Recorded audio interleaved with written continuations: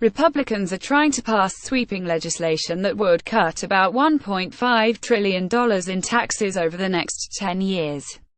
But all those cuts could add a significant chunk to federal budget deficits, a move that would seem counter to years of Republican criticism of the deficits accumulated during the Obama administration.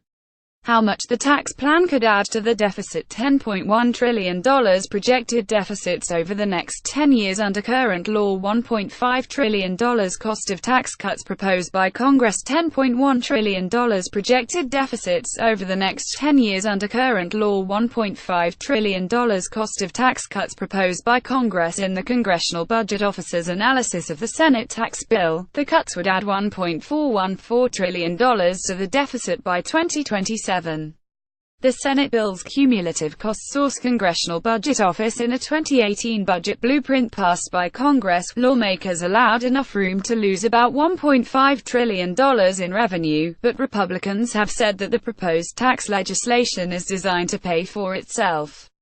They have argued that economic growth spurred by the cuts would make up for the difference in tax revenue, eventually reducing the deficits.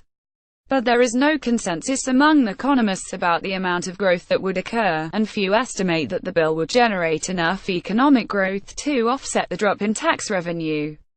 To measure the macroeconomic effects of the Senate tax plan, economists have produced estimates both with and without factoring in economic growth caused by the cuts. The results are produced using varying economic assumptions and show a wide range of estimated costs.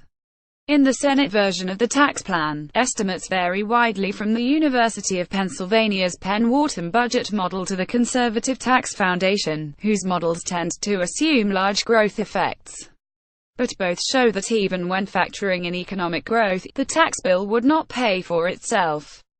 Senate bill cost including economic growth cost including economic growth cost including economic growth note. Cost estimates with growth effects are not yet available from the Joint Committee on Taxation. The Joint Committee on Taxation, Congress official estimator of tax legislation, is expected this week to release a cost estimate that includes economic growth.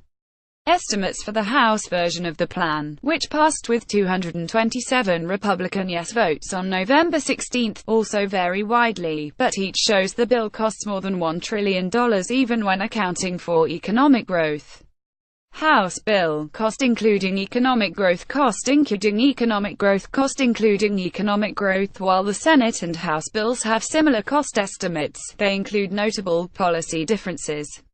The Senate version has expiration dates for some provisions, like individual tax cuts, and it includes the repeal of the Affordable Care Act's individual mandate.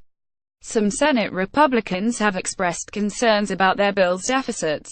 Senator Bob Corker of Tennessee, who voted Tuesday to advance the bill through a budget committee, is pushing to include in the final legislation some kind of safeguard that would trigger automatic tax increases if economic growth fails to cover the cost.